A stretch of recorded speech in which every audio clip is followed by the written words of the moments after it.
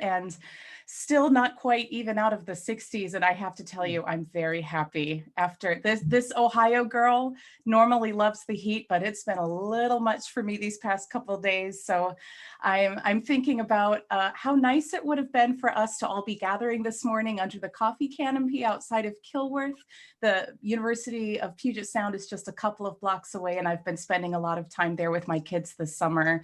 So thinking about all of us when I'm there.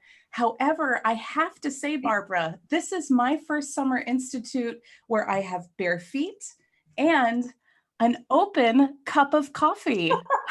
So I'm very happy about that. Cheers. Cheers.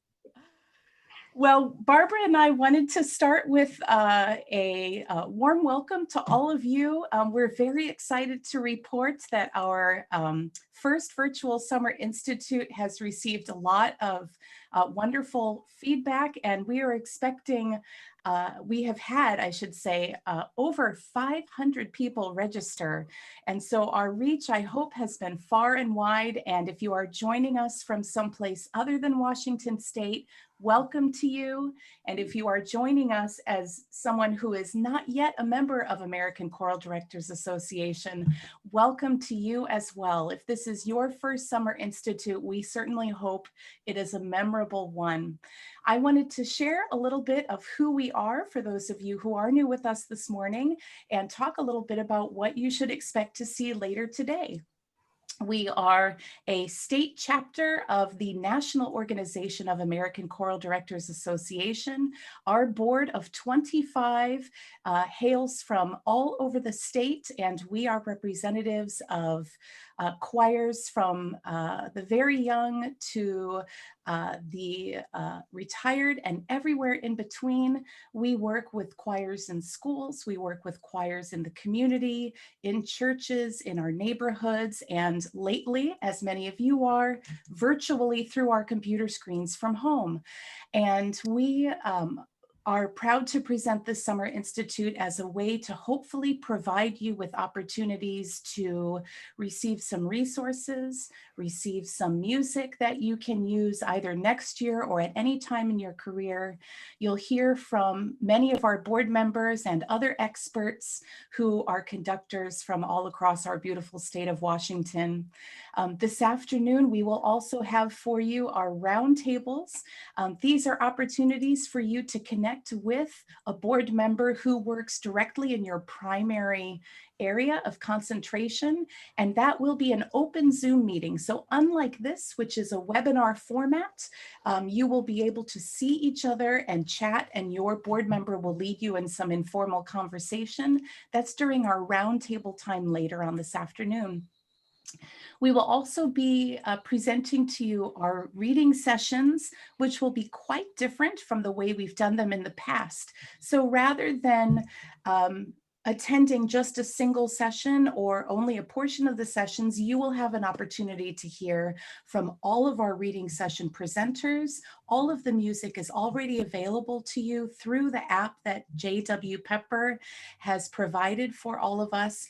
And each presenter will be presenting a piece of music and making available their contact information for you in case you have any follow-up questions. Later on this afternoon, we will hear from our regional president, who will tell us a little bit about the regional activities and update us on our upcoming national conference in Dallas. We will also get to hear from our featured commission composer, the wonderful Karen Thomas, who conducts Seattle ProMusica in Seattle, Washington. And we will also be hearing from our past president, Julie Parsons, who will present this year's award winners. Finally, the day ends, as it has for many years now, with Justin Raffa leading us from his home in the Tri-Cities in our first ever virtual beer choir. Barbara, did I miss anything? I think that's about it. I just wanted to remind people that when we are in sessions where we can see each other and have the ability to unmute, just make sure you stay muted until you're called upon or until you have a question or something, so that we don't end up talking on top of each other. And the Q&A is going to be your best. I know that's been said already, but that'll be your best way if you have questions through the day to use that session and not the chat. It'll be easier to fall. I'm just excited to be here. This is as close as we're going to get to camaraderie for the summer. I know that's one of the reasons many of us joined together, but I hope that you enjoy today.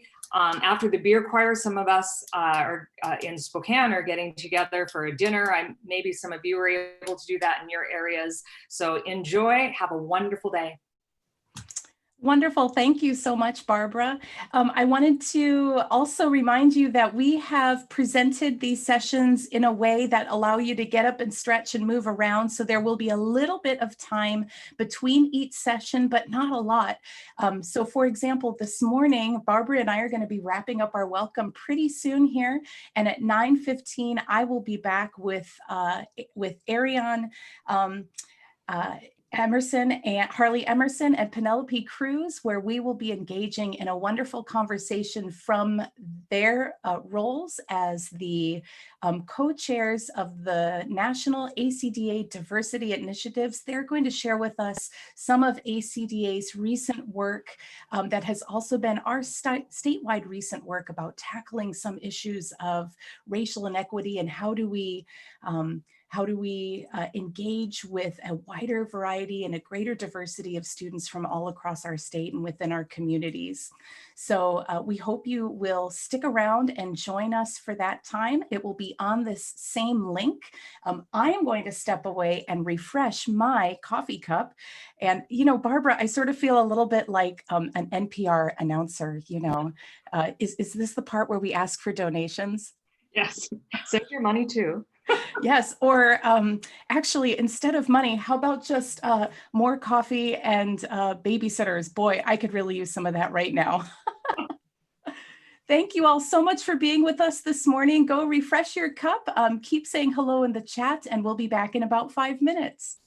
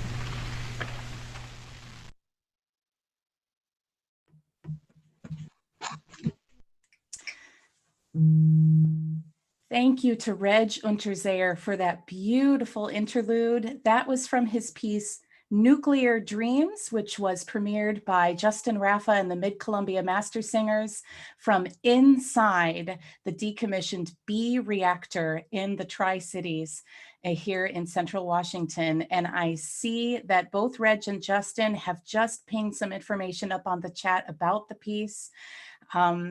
That was premiered just this last fall. And Reg, if I remember, it was quite an incredible performance experience with people having to be bussed in from a distant place. And I remember seeing pictures of audience members sitting and some of the machinery from the reactor behind. That was just glorious. Thank you so much. Julie Parsons again is making some of those music selections for us. And Julie, thanks so much for keeping us engaged as some of us dash out and grab coffee. Before we begin our next session, I wanted to just make a couple of quick reminders like we do when we're in person.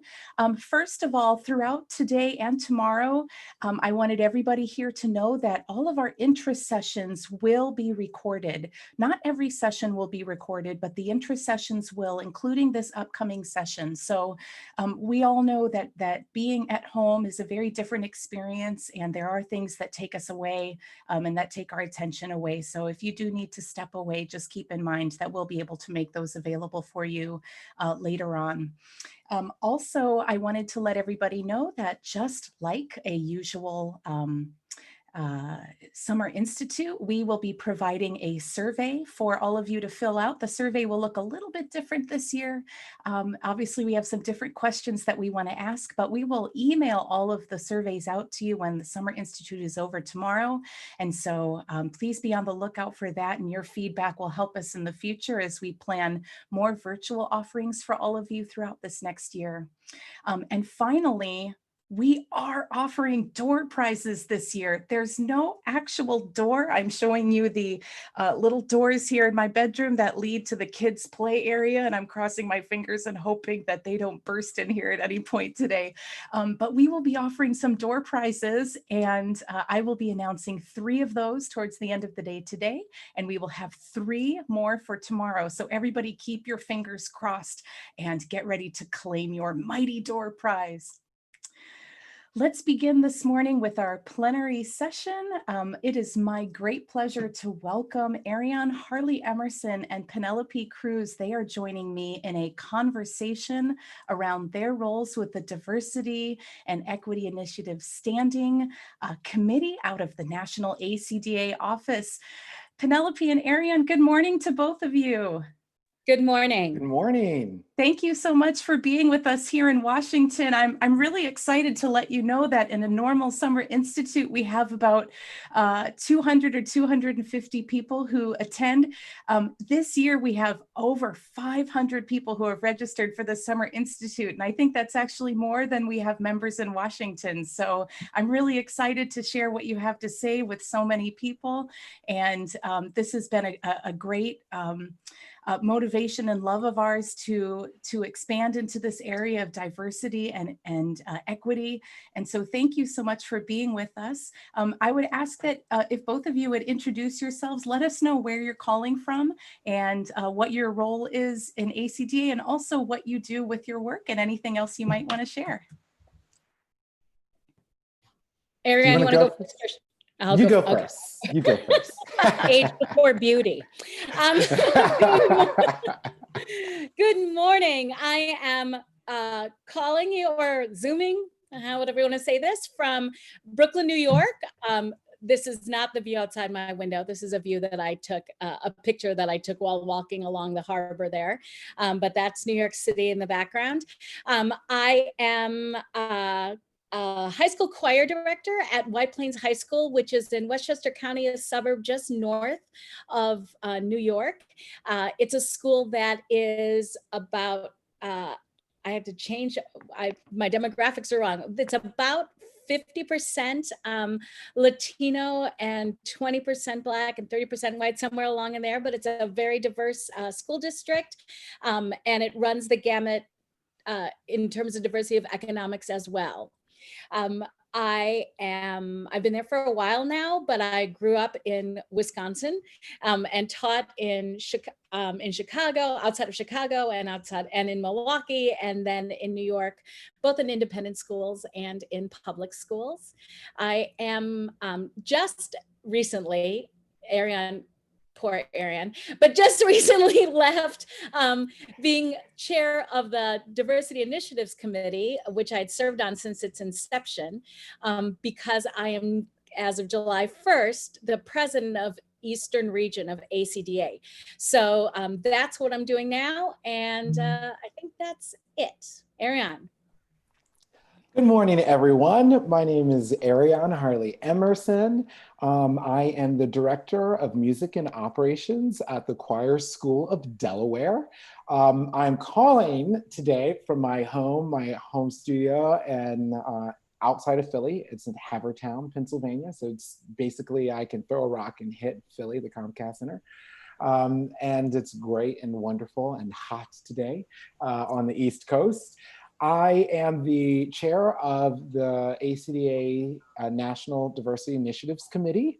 I'm happy to do that.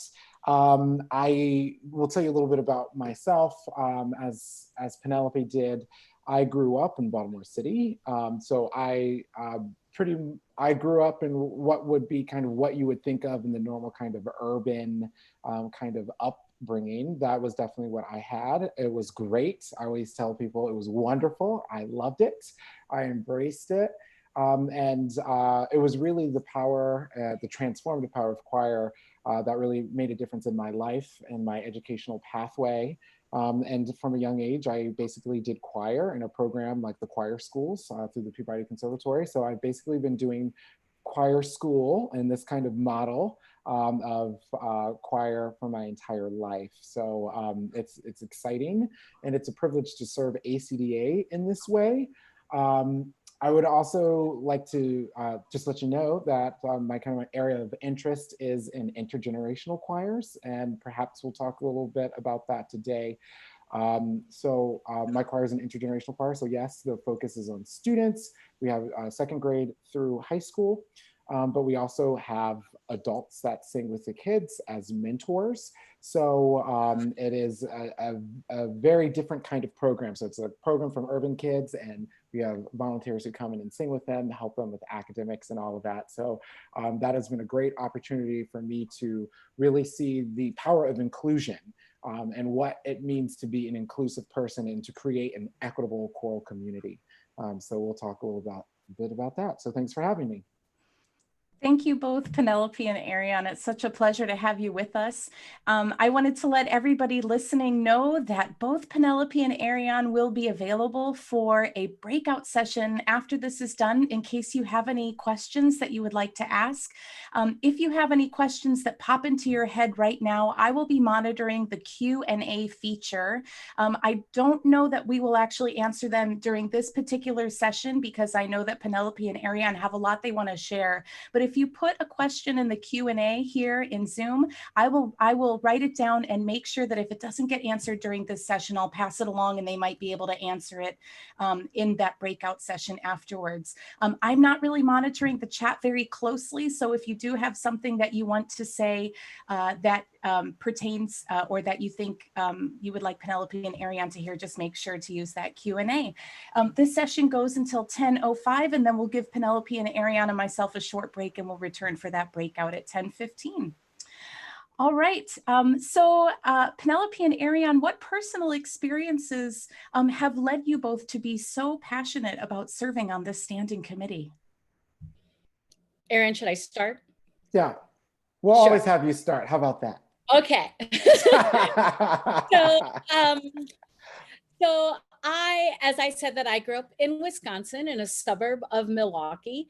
And I think from an early age, I was always in predominantly white spaces. I can kind of count on my hand the number of people of color that I was in school or class with. And that was my experience basically all the way through college and even into my first jobs teaching outside of Chicago, Illinois. I was teaching in Hinsdale and working with the Glen Ellen Children's Chorus. And so that was just kind of how I did it. And I think one thing that's I've really been thinking about as we've having all these discussions is that it is different in that it is negotiating a space where you're not like everybody else. I don't know how many of you who are white have been in the have had the experience or had the situation of being the only person or one of very few people who are white. And there's just a whole nother set of habits and thoughts and processes that a person goes through when they're negotiating those spaces. It's not entirely negative. It's not entirely positive. It just is another way in which a person has to use their kind of emotional and mental energy in a space. So for example, my first formative choral experience that I can think back on is when I was young as a kid. My parents, I'm Filipino. Both my parents were born in the Philippines. I was born here in the United States. But early on, the University of the Philippines Madrigal Singers, which I'm sure many of you know who they are now, was beginning to tour the United States. And because my parents were both alumni of that university, they were part of an organization that hosted them coming through Wisconsin. So I'm 9 years old and I'm forced to go to this concert of this Filipino choir. And I'm like, oh, it's my mom and dad's thing, whatever. And then of course they're incredible and they look like me.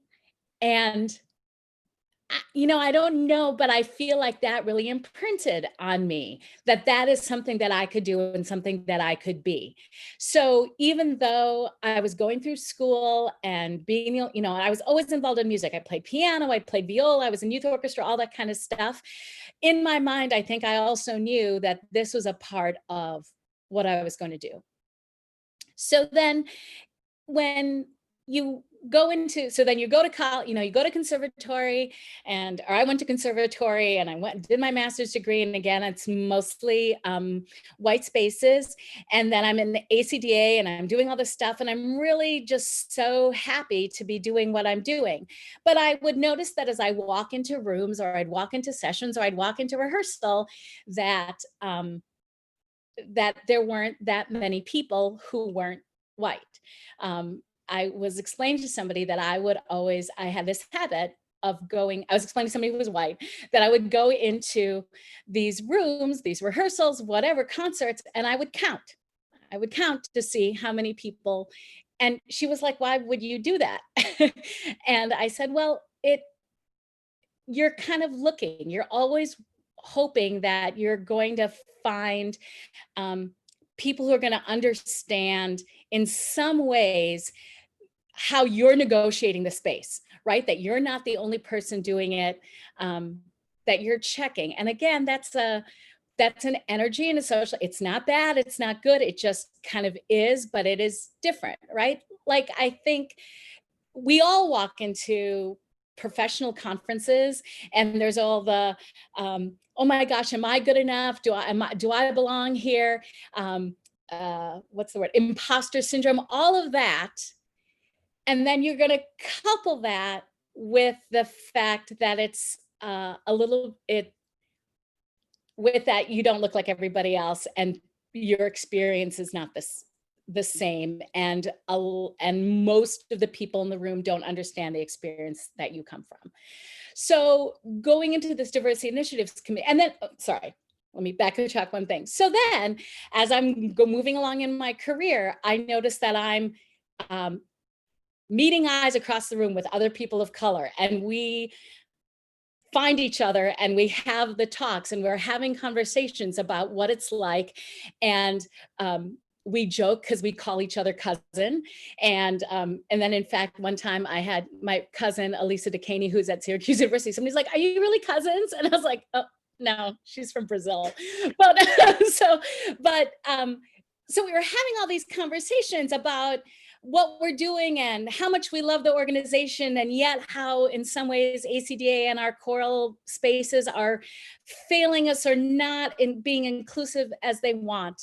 So you put all those things together, and I think that's what and so I got involved doing ACDA stuff because I'm one of those people that I'm not going to complain, or I'm not going to badmouth something unless I'm going to go in there and do the work and make the changes. And so that's how I'm like now Eastern ACDA president. I was New York president before, and I was motivated by that. So then when this diversity initiatives opportunity came along, I was like, oh, so now we're really at the table. We're these in the hallway outside of everybody's earshot discussions and thoughts and strategies are now going to be in the front, and now we're going to be talked about, and now are not going to be hidden anymore. So that's hopefully that wasn't too long, but that's kind of been the trajectory for me. I would say mine is not story is not too different from what you would hear from Penelope, and is not too different than what you would hear from many of our colleagues of color. Very similar experiences. I had a very rich musical upbringing as a kid that started in the church. And it started in the Black church, and music was always important, and I sang from a young age. And I guess my first time when I began to know something was different was when I first started going to the Peabody Conservatory at age 7, because they didn't sing the same way that we sang at church. And that was the first time that it became clear to me that something was very different.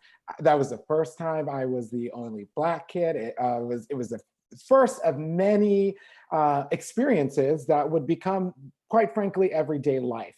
And so I learned how to navigate that kind of conservatory experience. I learned how to deal with this socioeconomic divide. I was on one part of town, everyone else in the choir was in another part of town. I learned how to navigate my voice differently. I had been singing in this kind of gospel style, very modal centered, very chest voice centered. I didn't know how to access this head voice at first.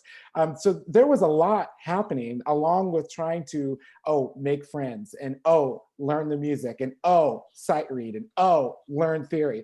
So there was a lot that was happening, and there was a lot to navigate from a young age. And I always tell people always like, oh my gosh, so that must have been really a lot to handle as a kid. And I'm like, yes, it definitely is. It can be overwhelming. And so I always like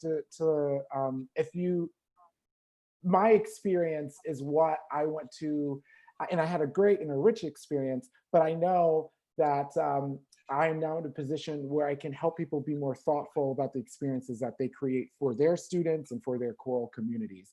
And I can share my own lived experience and say, like, perhaps you could think about this a little bit differently, or having been in those shoes, I know I felt this way.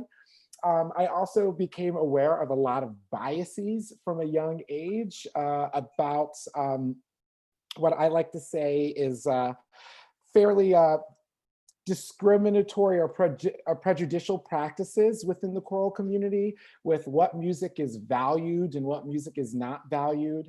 I remember for my college auditions, I wanted to sing a spiritual, and I needed an English art song, and I couldn't do that because it was a spiritual. So I began realizing that there was a social and racial hierarchy in the world, and that I needed to be aware of that, and that I had to kind of navigate those systems. As Penelope said, coming into an adult, I have only worked in inner cities. I've only worked with like 95% or greater, in poverty Black kids. I love it. I think my experience very much so shaped that, because I feel a responsibility to make sure that all of my kids are equipped to be fantastic musicians that are able to do any kind of music, that they don't have to necessarily fail music theory in college, or as Penelope and I were talking about, even things like making sure they know that there's a such thing as an alto clef, and these are the sorts of things that a lot of Black and brown children don't necessarily have the opportunity to be able to have. So my life's work has really been grounded in that. I was reading how I got involved with the Diversity Initiatives Committee. I first heard about it from Penelope. We didn't know each other at that moment, but I was in the room and I was counting. It was the concert at 2018 Pittsburgh. And my choir was doing a session, an intercession with the Royal Dilworth. We were premiering a new work. And so I had all my kids there and I was kind of looking around and we were kind of like in a section by ourselves, and then Penelope came on stage and began talking about this Diversity Initiatives Committee. And that was the first I had heard of it. And I began to kind of look into it. And I had already been doing DEI work in the state of Delaware, and facilitating conversations for organizations and serving as a DEI consultant. So I was like, when something comes up, I'll get involved. And so I did with the Initiatives Committee when this position became available. And I would say that I really began paying attention. It was the beginning of this calendar year. I was on break and I finally opened the issue of Choral Journal. And in the beginning of Choral Journal, there are the 12 purposes of ACDA are always written in there. And I had passed through that thing 1,000 times, I never thought about it. And I read them this time and I noticed that diversity, equity, and inclusion was nowhere to be found. And immediately that night I was like, oh my gosh, I've been preaching to all of these other organizations and telling all of these other folks about how important diversity, equity, and inclusion is. And I have this kind of skill set and expertise, and I'm not even sharing it with my own professional organization. And so it was then that I realized that I had more work to do. I, that same night, fired off a note and I was like, hey guys, we've got to do something about this. And other people had already been thinking about it. Penelope had already been thinking about it. And happy to report that that is now a purpose of ACDA, will be voted on as a purpose of ACDA. And that's because of Penelope being able to suggest that, and it is the Diversity Initiative's mission statement. And that was my ease in really into this role. And so it's been, I would say, a very active time. I think that we are in a time of reawakening to a lot of racial inequities. After George Floyd's killing, when I first came in to do this job, it was just, I was interested and already been thinking it would be a great thing to do. And it was before all of this kind of unrest began and reawakening began. So all of a sudden it kind of broke loose just as I was taking over. And so I really have been able to connect with a lot of state chapters to better understand where each state is in their own kind of DEI journey. And that's been a real privilege. And I've been really doing all I can with this platform to first listen and to take an inventory of where we are so that we can have an effective strategy to move forward and to move the needle on issues of inclusion and equity. Let me talk a little bit really quickly, and Ariane, interrupt me, okay, about kind of the three areas in which sort of historically, right, when we first started 4 years ago, what I see the DIC role is, right? So there are all these standing committees for ACDA.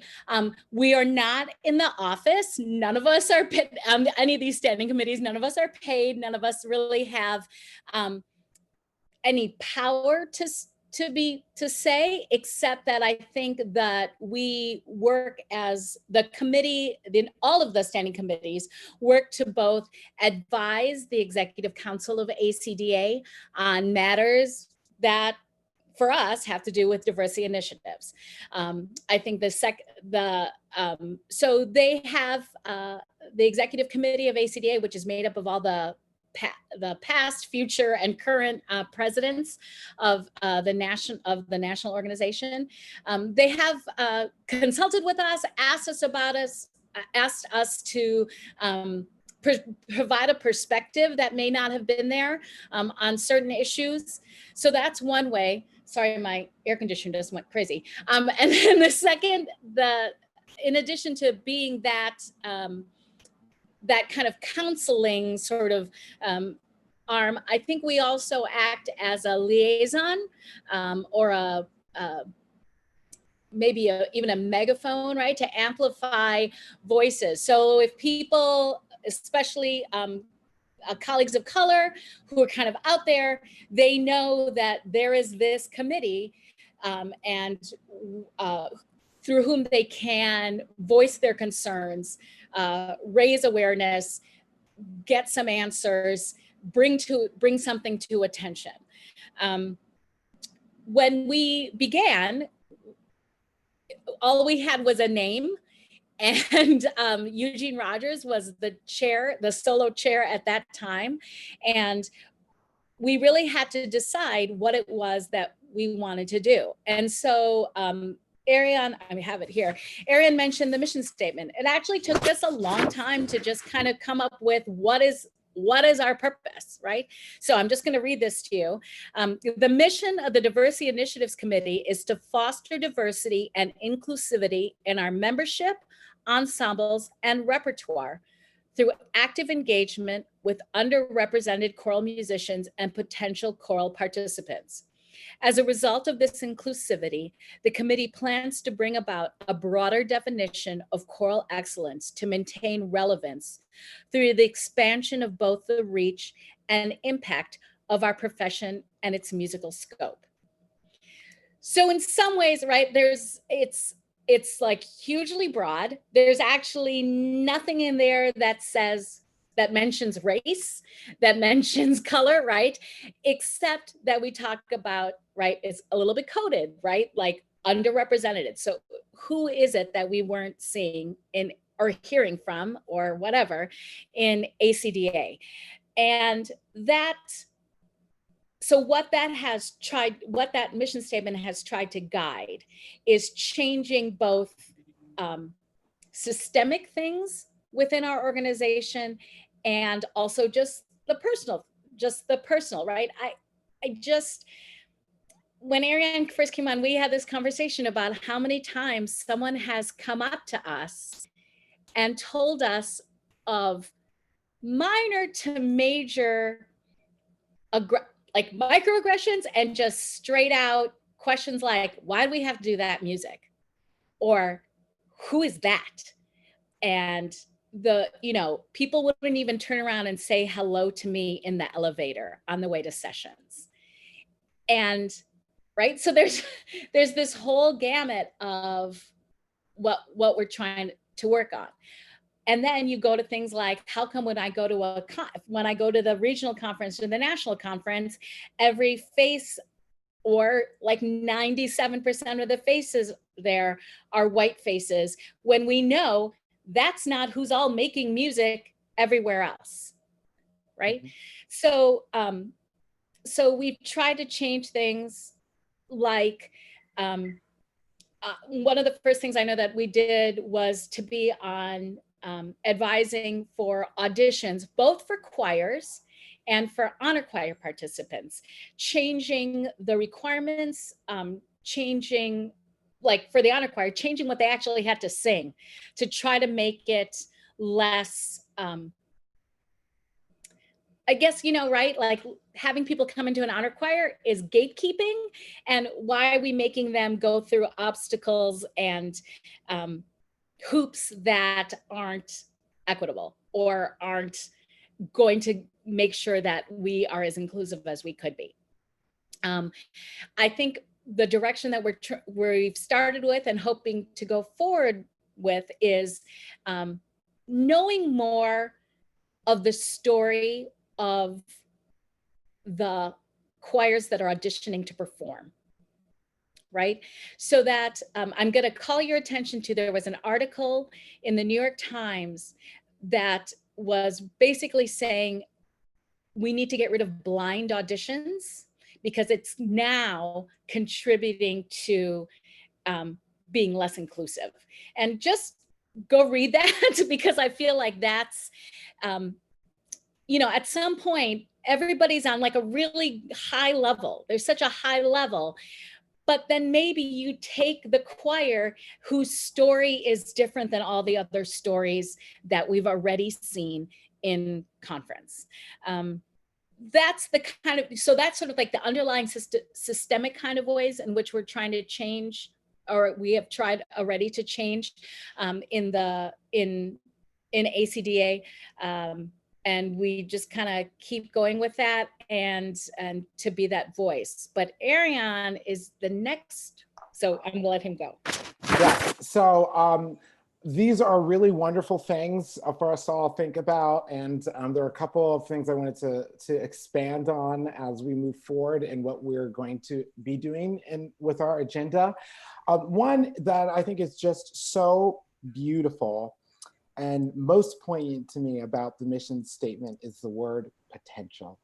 So that we're talking about who do we have the potential to reach? Who are the potential leaders of this profession? Who are the potential choral musicians of tomorrow? And the fact is, we don't really know. And because we don't know, we need to make sure that our practices are inclusive and our practices are open. And that is so, I think that is so empowering to know that we need to make sure, like, if this person has the potential of being someone in our profession, or the potential of being a choral participant, or the potential of being an enjoyer and lover of choral music, then we should be doing this. And guess what? Who doesn't have the potential? I believe we all believe that everyone has the potential to engage in the choral arts in some way, as an appreciator, as a participant, as an educator, as a conductor, as a singer, in some way. And therefore, I feel that it calls for us to make sure that there is equitable access. And when we talk about equitable access, and with the honor choirs as an example, and I think about myself, if I were to go to honor choir as a kid, I would have probably sung one of my favorite songs from church, right? And would that have demonstrated the type of tone quality that would be desired, acceptable, standard, traditional, use any of the words that you would like there for honor choir? The answer is no, it would not be. But did that mean that I did not have the potential to be able to sing in multiple styles, right? And so I think that that's the thing, is like we need to look at who is potentially out there. So I have really taken that with great seriousness, that word potential, that we need to protect the potential in everyone who comes in through our doors, students, conductors alike. And beyond that, I am working with the help of the committee, to broaden what it means for choral excellence. What is choral excellence? For a long time, we think that choral excellence is that, I mean, quite frankly, it's the white suburban high school choir singing esoteric music. And that's what we think is wonderful. And that's what we think is excellent. But that is one kind of excellence. That is one facet of choral excellence. We should be also celebrating, I think we've done a much better job in recent years of ACDA of celebrating, for instance, young male identifying choirs, TTBB choirs, in that kind of junior high area, because we realized that we needed to encourage young TTB singers to continue singing. The same way, it is important that we do the same thing for other underrepresented populations, particularly brown and Black populations. It's particularly important that we begin to expand that out. So what are we going to be doing next in the ACDA diversity initiatives? So you're going to be seeing some information going out in the next couple of weeks that we're going to begin doing some very kind of focused and intentional work. And there are going to be 3 kind of task forces that we're going to use our subcommittee to help us with. But there are 3 things that we want to do starting essentially well, August 1st is the launch date. One is we want to begin assembling a group to collate not just repertoire, but resources and information for trans voices. That continues to be an area of a growth opportunity for us as ACDA. We are also going to be taking a look at revising all of these conference handbooks, which includes making recommendations on performing choirs selection for all those auditioned choirs. What are those guidelines? What do they look like? Do we ask that folks have a diverse, even a set that includes diverse composers? We're going to be looking at honor choirs selection. We're going to be looking at the culture of honor choir.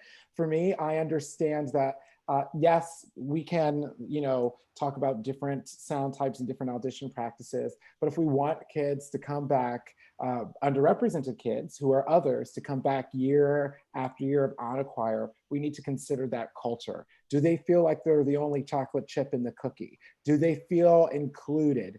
Do they see a conductor that looks like them? Do they see chaperones that look like them? These are all very, very important pieces of our honor choir culture that we're looking to make recommendations on in our conference planning handbook. So you'll see that. And then the third area is we are going to begin to provide guidance and resources for states that are looking to establish their own diversity initiatives committees. So a great thing about this moment is that we are more aware, right? And so in my family, we say, now that you know better, do better. And so now that we know better, we're on a whole trying to do better, which is great. And we want to make sure that states have the resources that they need to be able to do this work. So what we are trying to do is help people understand primarily that a diversity initiatives committee, the goal is that of course we always have, and of course we can always be better, right? And we need to acknowledge that no matter where we are, there's always going to be more work to do. But the thought is not to have events or repertoire lists. That's not the end goal. The goal is that we are developing a lens through which we see issues, and diversity is how and inclusion and equity, it's how we see things. So that when we we approach a problem or a situation, that we're not thinking of, oh, well, this is now the diverse set or the diverse choir, or this is the multicultural R&R, but in everything, whether it's SSAA, TTBB, SATB, collegiate, whatever, in every reading session, we're seeing pieces of diverse representation. That all choirs are singing diverse music at conferences, that we're making sure that there's equal access and equitable access to honor choirs, and that culture is comforting to those who are our potential leaders. So that is really what our three first task areas are going to be. So you'll be able to see some of that coming up. We're going to be asking for a few people with a few areas of expertise to also help us as we create these resources for people. But those are the three first areas that we're looking to tackle in the next, starting August and taking us through the fall. So August through December, those are going to be the three focus areas. Of course, we will continually work with our executive committee and council on the kind of everyday advising policies and practices and culture, because that's also important. And there are a lot of questions that arise from time to time as we move forward. Let me do two things. Take one like kind of a small scale and one kind of big scale. I want to just talk really quickly about that whole honor choir thing, because you, as a choir, right? Like I'm a choir director and I have all these kids, and it's not even just about the kids coming back, but it's about each conductor getting into the habit of having their kids be part of these honor choirs. Yes. And I know that for me, I have a conversation, particularly with my students of color, about taking part in these honor choirs, right? Yep. That first of all, before I even think about having them audition, is that honor choir, like Ariane said, through maybe the conductor or the repertoire or who I know who's running it and involved with it, is that going to be a safe space and a welcoming and an inviting space for my students of color? Because if I don't have confidence in that, I am not going to put my kid in that situation, right? And I ask you, to think about that for your own students, to have that perspective, right? Because I know that I walked into situations when I was younger and being the only person, and like stuff happens and I wasn't prepared and it wasn't safe and nobody knew that. You know, it's like when I went to Vienna as a 27-year-old and I was like, oh, it's not like Brooklyn anymore. Like, oh, things, right? And I wish someone had said, look, this is how it's going to be, just be careful, right? So anyway, so just think about the safety of that. And then secondly, and then you take that further to ask the questions of whoever's running any of those choirs, whether it's an all-state choir, whether it's an honor choir, are there ways in which we know it's going to be safe? Because like Ariane said, the only chip in the cookie, we all love the chips. We got to make sure that they're there and that they're part of it, right? Mhm. So that's one thing. I think Ariane and I have talked about this, and I'm sure he's going to say more about this too. But, you know, in all the grand scheme of all the things we're trying to do in DIC and all this kind of work, is really about normalizing an experience where I can walk into a room and like count, like I'll be like, oh, I can't even count, because it's just a thing, right? Or for like Ariane to walk in a room and everybody's gonna maybe look at him because it's like, who's that Black guy? And it could be very innocent curiosity, but sometimes it's not innocent curiosity.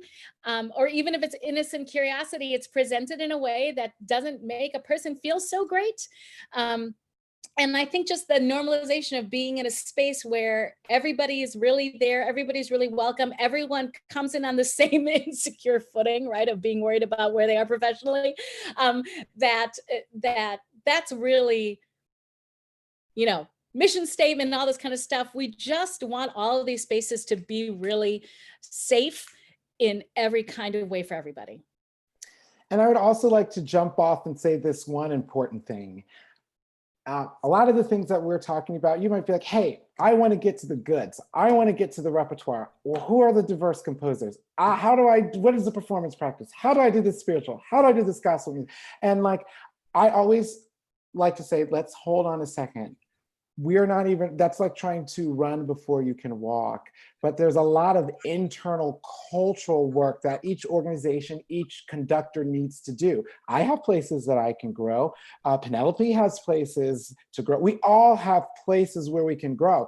So one of the things that I want to make sure, if nothing else that you take away from this, is that divorce the practitioner part of your job away from the equity work. They are related, but they are not one and the same. I think that the primary thing that we need to do is create a culture of inclusion. And before that, then nothing else is going to be authentic. Nothing else is going to be as good as it could have been. So that's the biggest thing I would want to make sure that everyone takes away from the conversation today, is that there's so much work to be done on building a culture and building trust before giving out a piece of music, before searching for a piece of repertoire. There is so much to be done. Thank you so much, Penelope and Ariane. This is incredibly powerful to hear not only your individual stories, but also the incredibly important and hard work of the standing committee.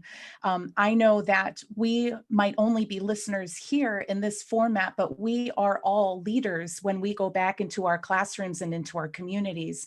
And I think it's important that we understand that we are the creators of change, and not just musically, but as Ariane just said, that it is all, an effort that must be combined with this essential work around inclusion and equity. And so thank you so much for getting us started. I know we only have a couple minutes left in this format. I do want to acknowledge that we have some questions. I think some of these questions have been answered in the course of this conversation.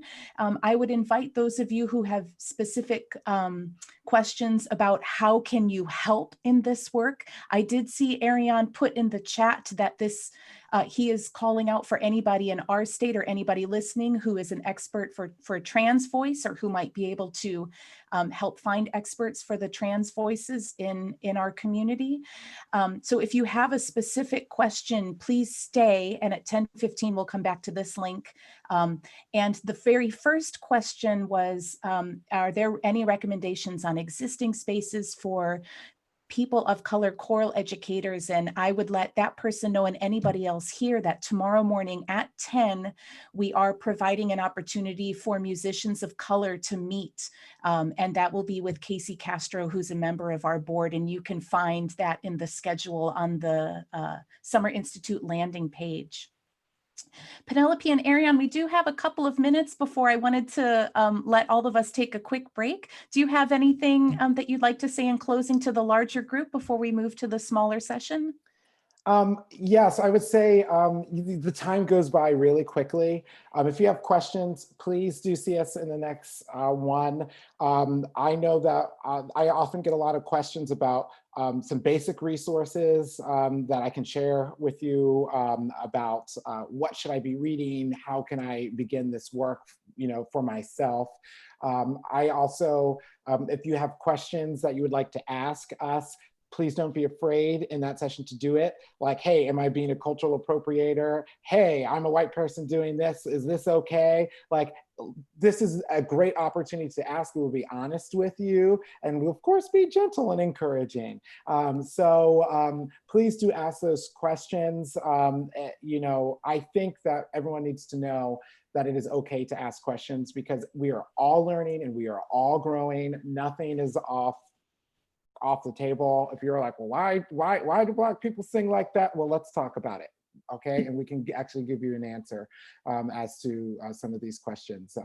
So I never shy away from that. Just to check in, Penelope and Ariane, can you see the question and answer panel that's up here on your Zoom? Yes. Let me really quick do, Gary put a question here. How does one approach real diversity with a program that is maybe 5 or 6 pieces for many honor choir gigs, right? That's the reality. Even like if you're like my school choir, right? We do a concert every, we do 3 or 4 concerts a year. And I think part of it is that you really have to start with, like we also, how do you start the search for putting together a program? And if you actually start with the intentionality of, I'm going to make sure that I have composers of underrepresented composers, women, people of color, right? And that's actually your starting point. There's so much repertoire out there that you can find it. So recently I did it for New York, and I did it for Hawaii, and I'm going to be doing it for California in a couple of weeks. I just put together a curated list of music of composers of color, and it's men and women, Latino, Black, and it's a whole diversity of things. And maybe half of it is music I've actually done in the schools, and that my students have really taken to. And I think it is a different way, right? Like I'm not starting with, okay, so I have this keys and these tempos and, these kind of contrasts. I'm starting with, sometimes I want to make sure that if I have 6 pieces, at least 3 or 4 of them are underrepresented composers. But I think you have to change your intentionality about it. I agree with that. And there's a lot more out there than people realize. A lot of people say, oh, there's nothing there, or there's nothing for developing voices. There's plenty of stuff out there. It's just not all on JW Pepper where you can just go you know, like check, check, check, check, check, check, check. So we can definitely talk about that. And you can adapt pieces and all of that. And also don't forget about how important it is that it is not just about in the repertoire that you do. Like if you're going to analyze a piece of music theory, let's choose a Black musician's work to do. Why not? Come on. Like we can do that. Like if we're going to do some rhythm exercises, why can't we analyze that hip hop song? They can do it. Why? I mean, like open your minds a little bit to how you can be more inclusive. And also don't forget about podium representation. Like bring in someone who can work with your kids as well. And it doesn't need to be a Black person working on a spiritual or a piece of gospel music. Sometimes bring in that, you know, person who represents this diversity just because, and that's the normalization that we need to do. And that is really, really important because I don't even think I had plenty of Black directors through churches, but I did not have a Black choral conductor experience until I was in college. So that's kind of crazy. Thank you both so much. I want to make sure you get a chance to take a break and give our members a chance to stretch their legs. At 10:15, which is in 7 minutes, you are welcome to come back to this session where I know that Penelope and Ariane will be able to answer some specific questions. I'll be here as well just to help moderate that question and answer panel and make sure that they get to answer your questions. We also have 2 wonderful interest sessions that will be happening at 10:15. There's beginning vocal jazz with Natalie Wilson and programming in the digital world with Heather Garbus and Alisa Newhall. So thank you all so much. And we will see you wherever you'd like to be in just a few minutes at 10:15. Thank you. Thank you so much. Just as an aside, we had a little bit of a snafu, a little error.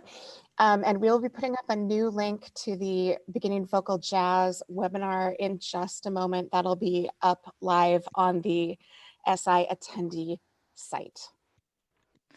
That is the voice of Julie Parsons, your wonderful tech guru and past president. Thank you, everybody. And Penelope and Ariane, I'm going to dash away for a couple minutes and we'll come back here.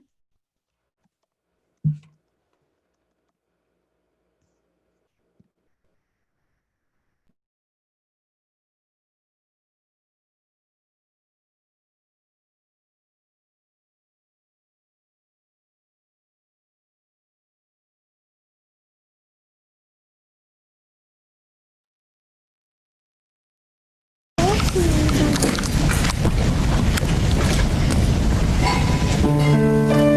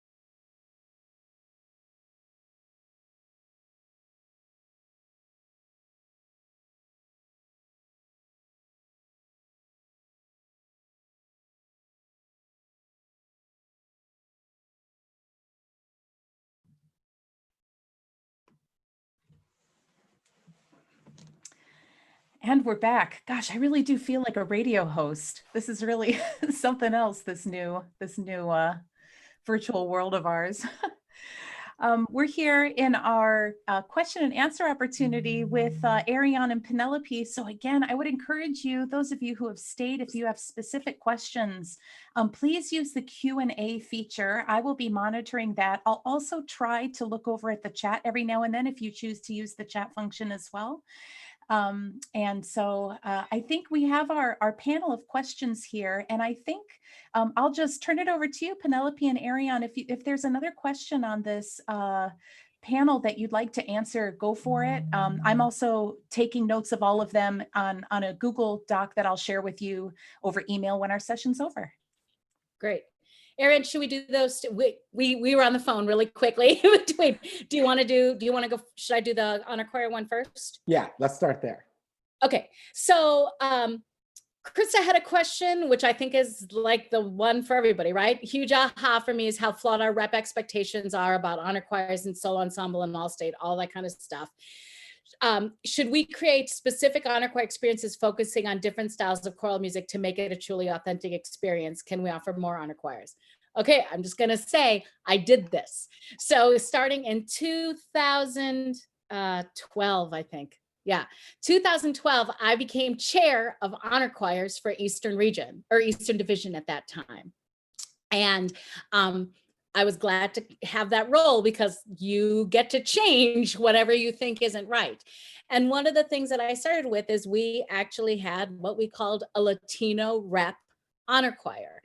They had wanted, the leadership at that point had wanted to do a multicultural honor choir, multicultural music. And I said, okay, let's start there. And my pushback was like, you know, when we do this, if we do a multicultural honor choir and then we get like a piece from here and a piece from there and a piece from here, and the and then the conductor has to be kind of a jack of all trades, right? With all this repertoire, it's not really the profound, deep change in musical experience that I would wish, right? Which is what we want from being exposed to music that's not what people were normally singing. So I said, instead, let's go to a Latino repertoire honor choir. And we pick a conductor who's Latino, Tony Guzman, and we say to him, pick music, Latino repertoire.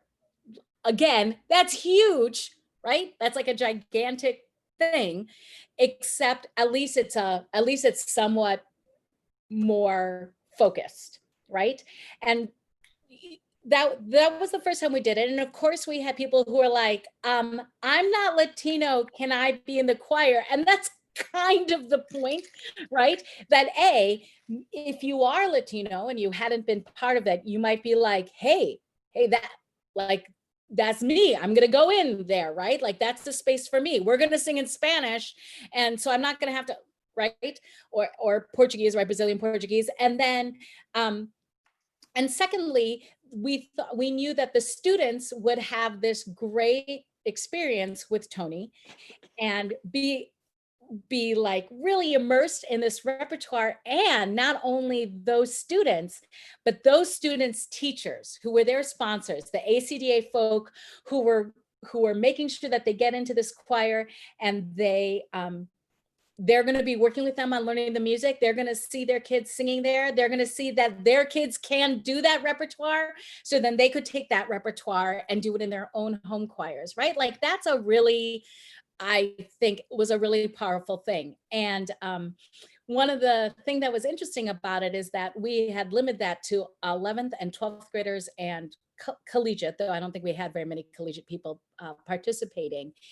And, you know, by the March of your senior year, if you're getting into an ACDA regional honor choir, you've probably been in all county and all state, and you've done all of them.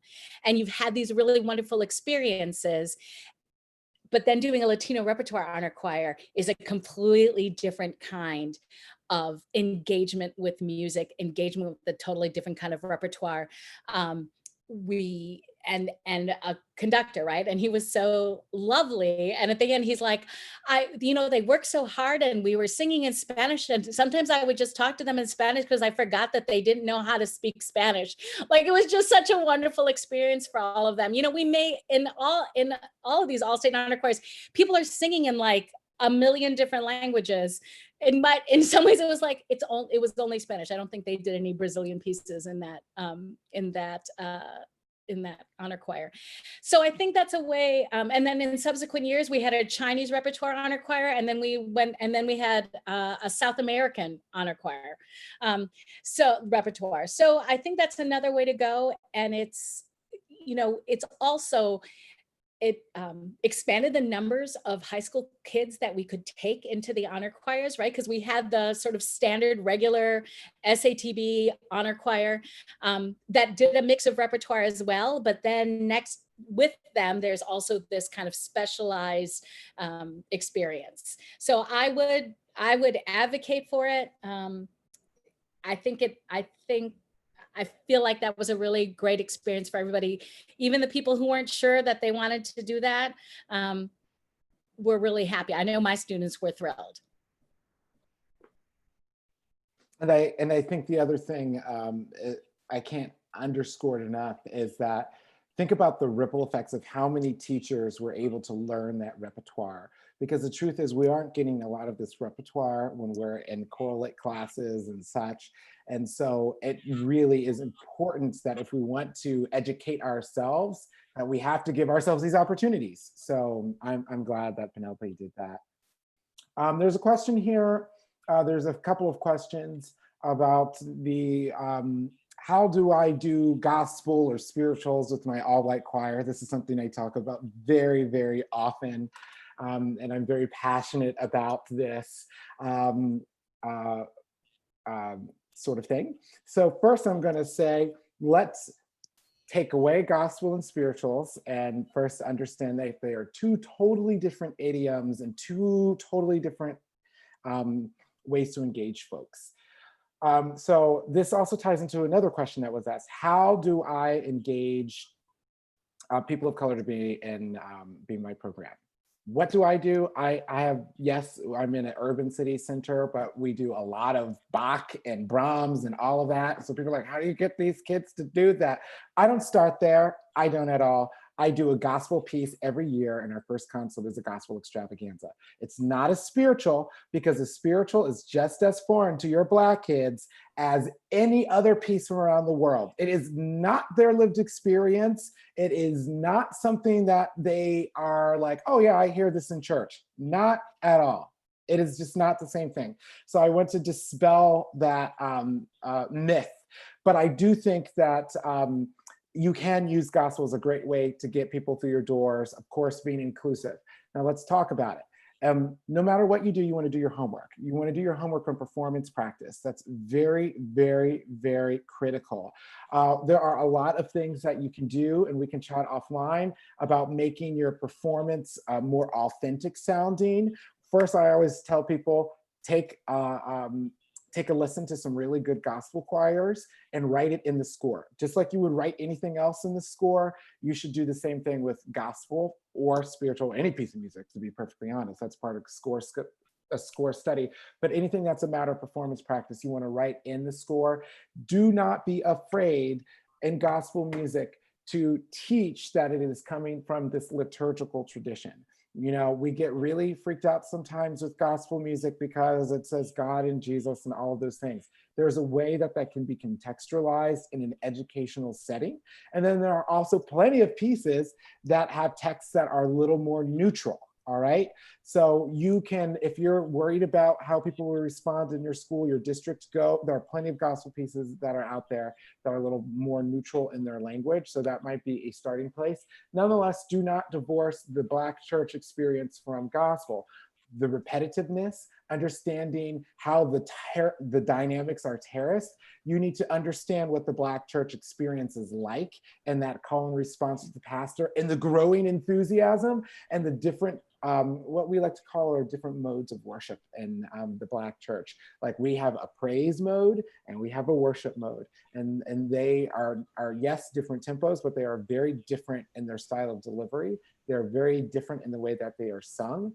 So I would do some homework in those areas if you're doing a gospel piece, and make sure you're teaching them about the history of it, making sure that they understand it's in a long musical tradition that has grown to this more contemporary art form. As far as doing spirituals, I always start from a place of understanding that what we are singing is not what the slaves would have sung in the fields, right? Those who were enslaved would have sung this differently. And I try to, I always make sure that this is what I always say. It is not a spiritual if it doesn't sound like you've been through it. And that is a great way to begin a conversation about what that life was like for that enslaved person. And then I always say, what's the difference between someone who's a slave and someone who's enslaved? And that's a great way to have a dialogue as well, because there's a difference between being a slave and then being enslaved, as my ancestors were.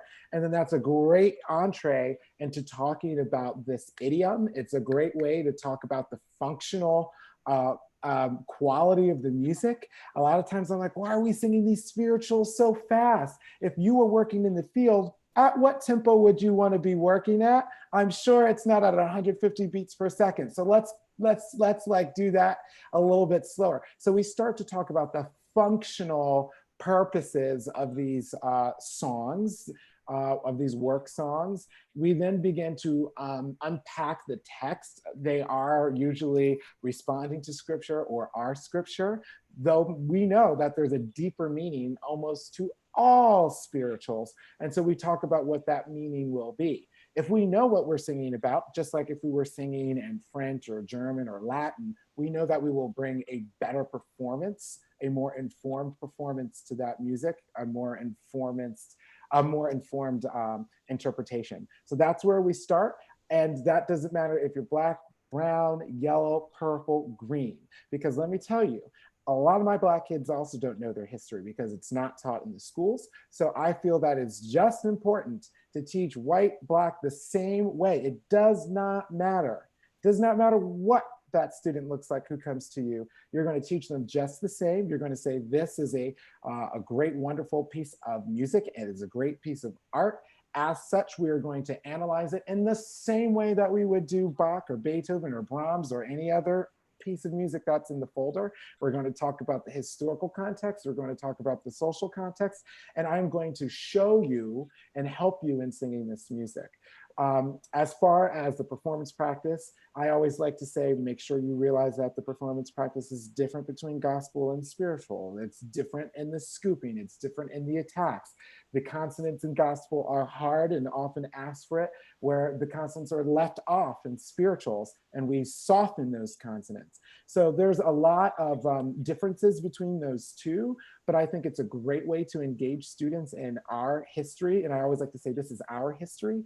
And if you're a white teacher with mostly white students, you don't realize what a wonderful position you are in to say our history, because then you are taking ownership of the past and taking ownership of what all of our ancestors have gone through, whether they were on the right side or the wrong side. It's about taking ownership and moving forward. And so it's really powerful to be able to do that.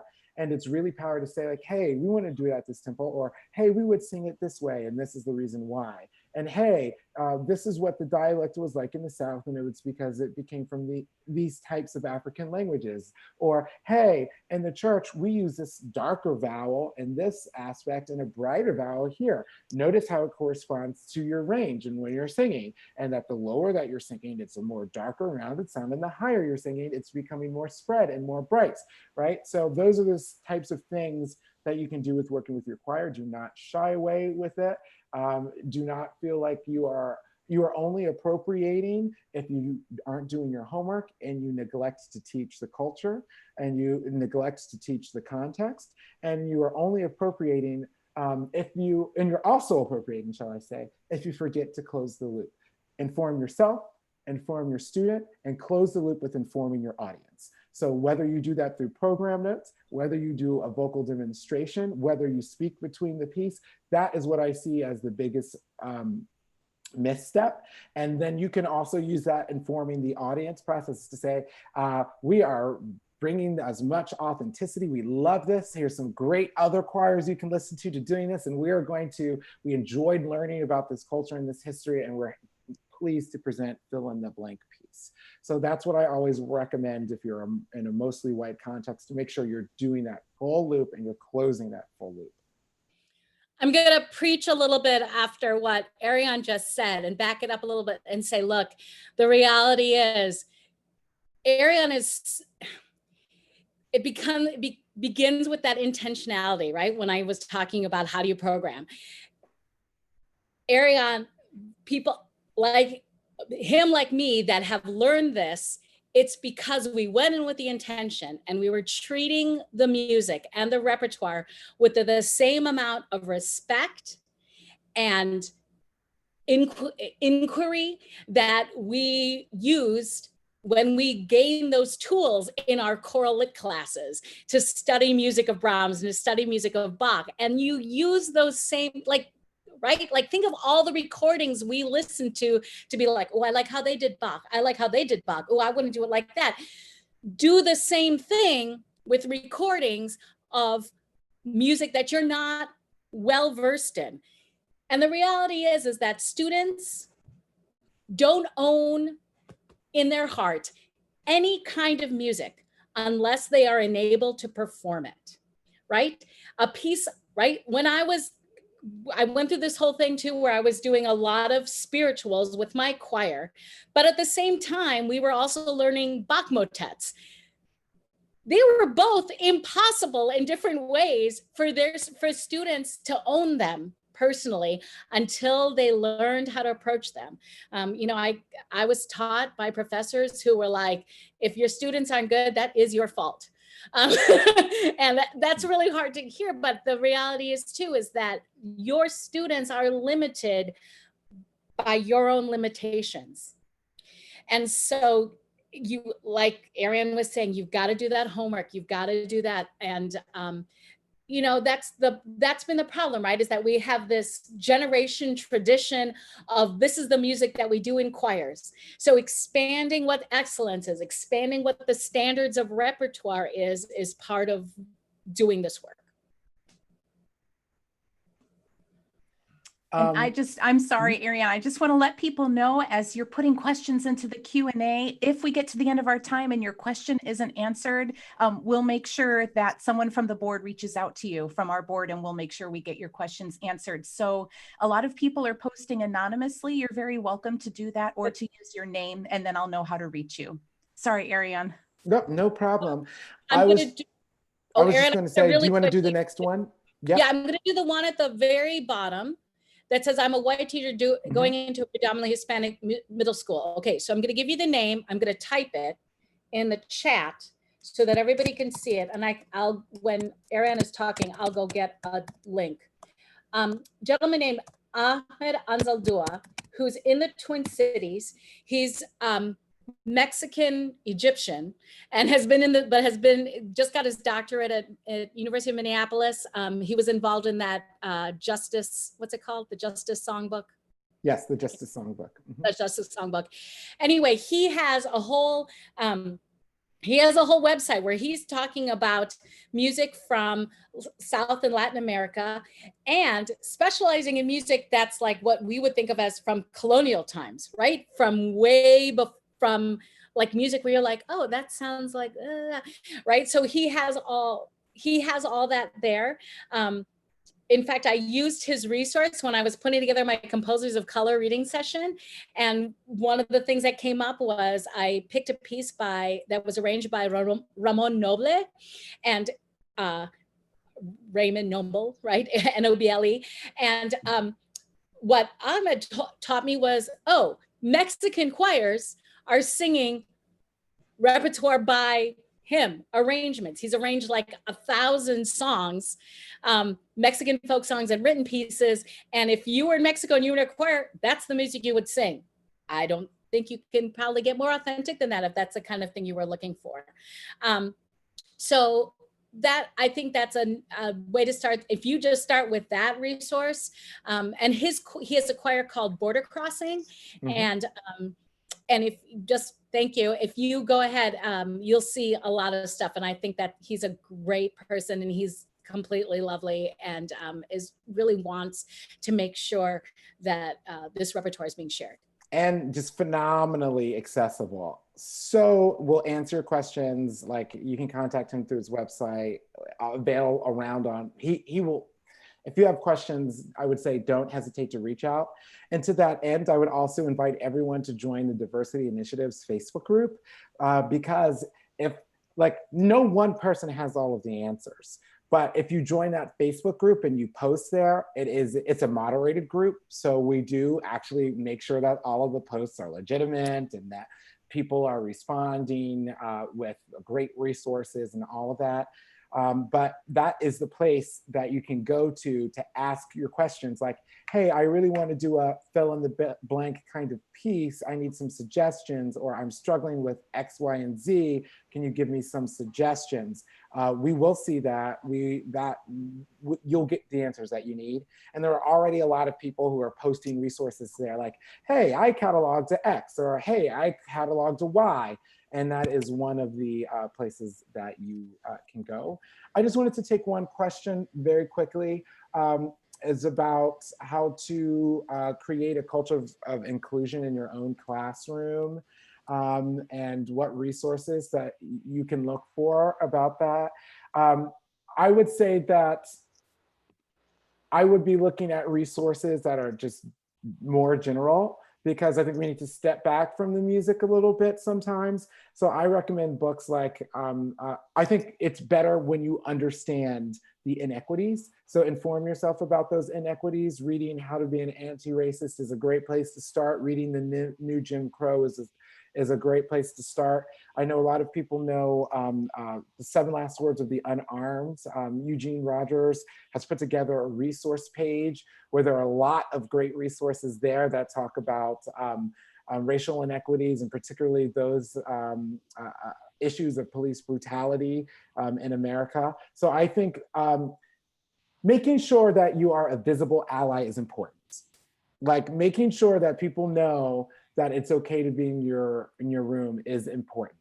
Showing up where all the Black kids are is important. Being the faculty sponsor for the gospel choir that's student-led is important. There are ways that you can show that you are an ally. If you are like, oh, I am a white teacher and these are some things I can do, that is important.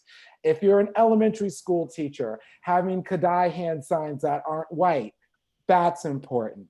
Like, there are a lot of things that you can be doing in your classroom to show folks that you are an ally and that that your classroom is a safe place. So there are a ton of things that you can do. I'm gonna go, Erin, you can look at it too. I'm gonna answer Mark Kloppers. I'm sorry if I'm mispronouncing your name. How we feel about beautiful arrangements of spirituals by white composers, white arrangers. Okay, so here's where I am on that. I'm at this point where really what I want to do is amplify the voices of Black composers and arrangers, past, present, future. And so that's going to be my starting point. If I find an arrangement that I think is really I have 2 arrangements and they're both really great. And one is by a composer of color or arranger of color, and one is by someone who is white, I'm going to go with the one that's a person of color. That's going to be my bias. That's going to be because my other agenda is amplifying composers of color. A lot of times, because it's part of lived experience, it's part of, right, especially the ones or part of musical heritage, I'm feeling a lot of times that the arrangements by Black composers and arrangers are truer and more authentic. that's where I'm going to go. Ariane, you can go ahead. I agree. Everything that she said, I co-sign on that. I have found a couple of exceptions to the rule. So I always look at every spiritual and every piece of any idiomatic piece I scan for authenticity. I have also seen a couple of arrangements by Black folks and I'm like, it's just not my favorite, that I don't love. But is there a huge correlation to composers, arrangers of color writing more authentic arrangements? Absolutely, 100%, no question about it. But I do take a look at all of them. This is one thing that is a couple of, here's a question I get. How do I know if it's a good arrangement, right? So one thing is I look up the composers and see what else that they have been writing. And if they're mostly writing like, you know, I don't know, songs about fairies and butterflies and things like that, and they've got 3 arrangements of spirituals, I probably won't even investigate it any further because I can see that their general kind of scope is over here and not over here. When it comes to, I also look a lot at for arrangements, particularly of gospel. The more I see on the page that looks like editing, the less I'm likely to choose that piece because I know that is not the gospel tradition. That is not the same for spirituals. That is very different. For gospel, the more I see on the page, the more I know that it is an inauthentic piece of gospel music because first of all, it is not something, the concert spiritual is one thing that has a culture of being written down. Gospel, particularly contemporary gospel, these are just arrangements of one way of doing it, but really in the Black church, it could be done in many different ways and every church would do it differently and every director would do it differently. So I prefer to have, and I would encourage you to look for a setting that allows you that flexibility in voicing that you're going to be able to change and adapt with performance practice that your choir can do because your choir might not be able to do everything, but they can do some. But then I look for a lot of information. If it's accompanied, if I'm not playing it myself or I don't have a collaborative keyboardist that I feel is great at gospel, then I look for something that is very detailed in the accompaniment. If you are not quite understanding what I'm saying, look at some of the gospel pieces and the gospel style pieces that Rollo Dilworth does. You'll notice it's not overly edited in the voice parts, but the piano writing is very specific so that it's helping out the person at the keyboard. This is a common thing that Black arrangers and composers do, where they get more information for the keyboard part than in the vocal line. Because we all know like what it would have been like in the Black church. So that's one thing that I do recommend for gospel. For spirituals, I tend to go with people of color and I tend to look at the use of syncopation and rests. If I see a spiritual that has absolutely no rests in it, I probably won't do it. That's just something that I've noticed. If there's absolutely no syncopation, no rests, then it generally is not the most authentic spiritual that's out there. Those are just a couple of quick telltale signs, and I won't get into the reasons of why. That's a little bit more involved, but those are a couple of things to take a look at. So I see some more questions here. I don't know if you want to take the next one, Penelope. Let's see. I'm trying to put ones in the dismissed category that I think we've answered. So I don't mean to dismiss those questions, No, but that's okay. what that means. Okay, that's fine. We answered about the did you talk about the subcommittee stuff? If you're interested in joining a subcommittee or a task force, so what's happening now is there's as a subcommittee, and the subcommittee are people who are like, hey, I want you to know that I'm ready to work and I want to do things. And so the committee has decided there's a lot of things that we want to do in this upcoming session, if you will, this upcoming year. And so what we'll be pulling people from the subcommittee to serve on task forces. As I said earlier, the first 3 are going to be providing resources for emerging diversity initiative committees in states, trans voices, and then also helping to revise conference handbook with more inclusive practices, making sure that nothing is prejudicial or exclusionary. Email me and you can join that subcommittee. And then on August 1st, you're going to see a call for people to begin to send in that they're it's going to be like, send us a resume or a quick bio that you are an expert in this area or some area like that. And so you can get involved in that way. Erin, I'm going to answer a question which you've heard me talk about before. Where did it go? Oh, I think it's important to get beyond spirituals and gospel music when considering diverse programming, but I'm wondering if you have heard feedback from composers and arrangers, many who are people of color who specialize in these compositions. Is there any concern out there? So I've been talking about this composer of color reading session that I've been doing. Go to California ACDA in a week or so if you want to come hear that. But Marcus Garrett, who's I've just put a link to him there, is a composer and scholar and choral conductor who did work in non-idiomatic music of Black composers. And again, was another resource I used to pick some pieces for my reading session. And then I'm going to just read part of what I actually say, because I want to make sure I've got it right. So you do want to program music by composers of color and have it be idiomatic or not. And then, like we talked before, if you are doing music that is idiomatic, like spirituals, you want to keep to arrangers who are part of that musical culture. Okay. But also program music by composers of color that isn't necessarily idiomatic. You're then encouraging composers of color through buying their music, performing their music, and amplifying their voice to compose in whatever vein they want to be in, right? I think of it as non-traditional casting, if you know from theater, right?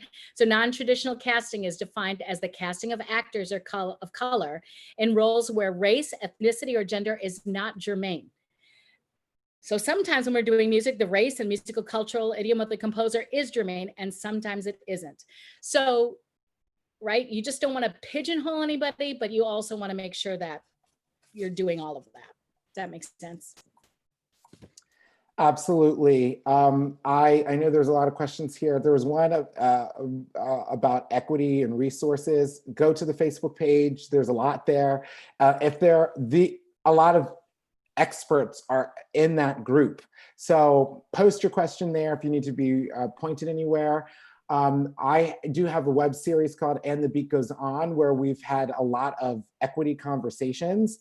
Folks with like Dr. Dilworth, Stacey Gibbs, Marcus Garrett, Jason Max Ferdinand, Maria Ellis, Isaac Cates was yesterday.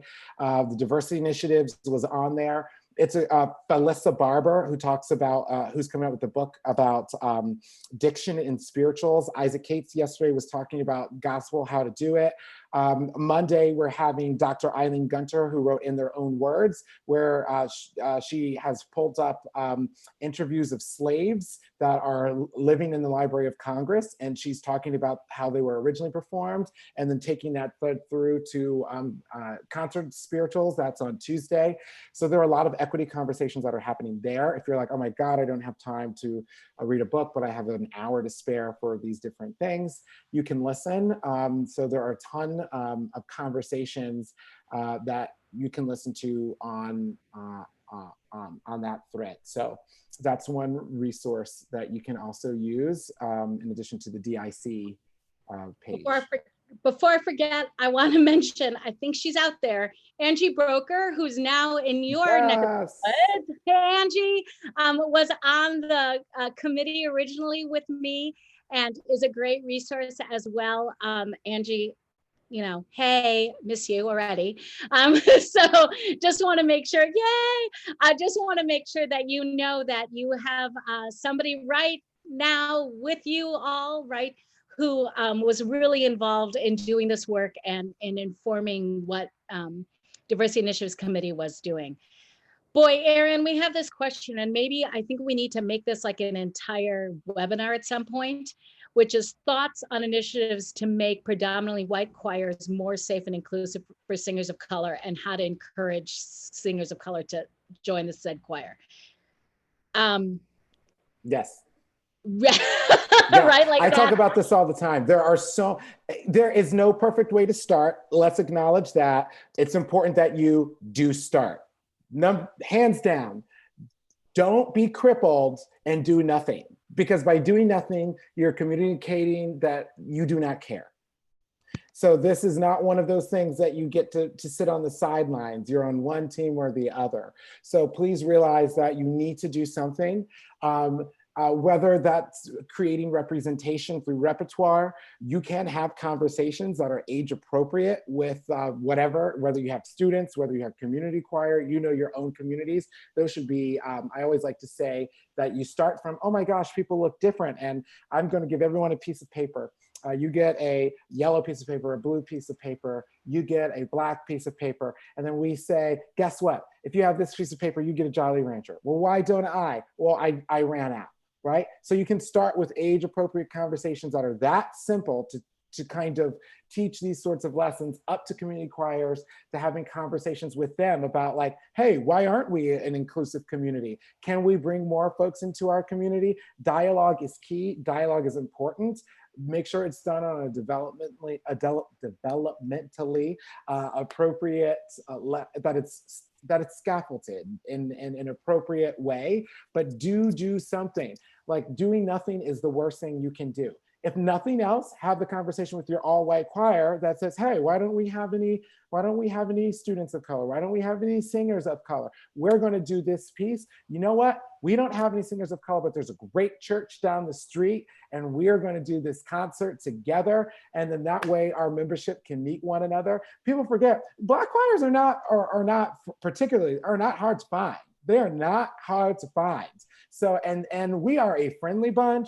We like food after concerts. We love that kind of stuff. So churches would be thrilled to partner with you and do a piece with you, but reach out. There are so many ways. Bring in conductors of color. Make sure your rep is diverse. Are you having authentic conversations? Are there microaggressions that are happening? Is there a financial barrier? Do people wonder, why do they dress like that? Why do they sing like that? Why do they look like that? Making sure that you have done some sort of sensitivity training before you start making these invites to say, we're going to do a drive to bring in, to be more inclusive. That said, we need to know that we can't look at someone like they're a crazy person or another. We have to make sure that we are paying attention. I'm so pleased to see how many folks have pronouns here today. If they're on name tags and on things like that, people are doing that, but people might not say, hey, we want to know how to properly pronounce your name.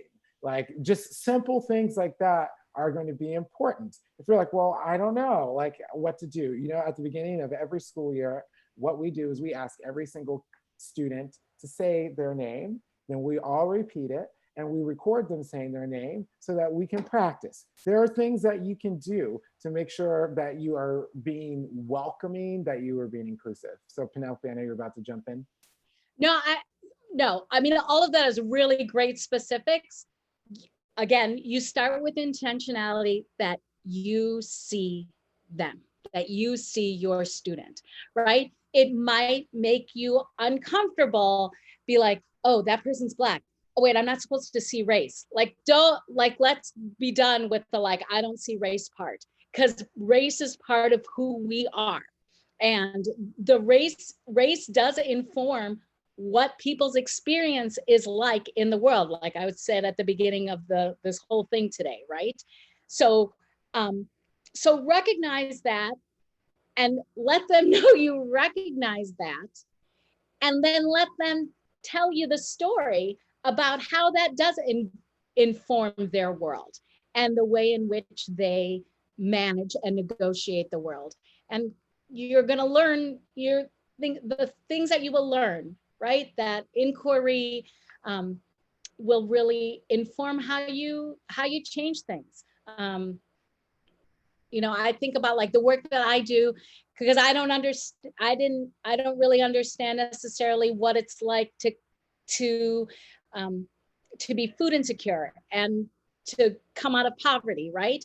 And there's all these ways in which people have to negotiate that world. And so I've been working in the last 10 years to understand those stories and understand that struggle and how that informs the students in front of me.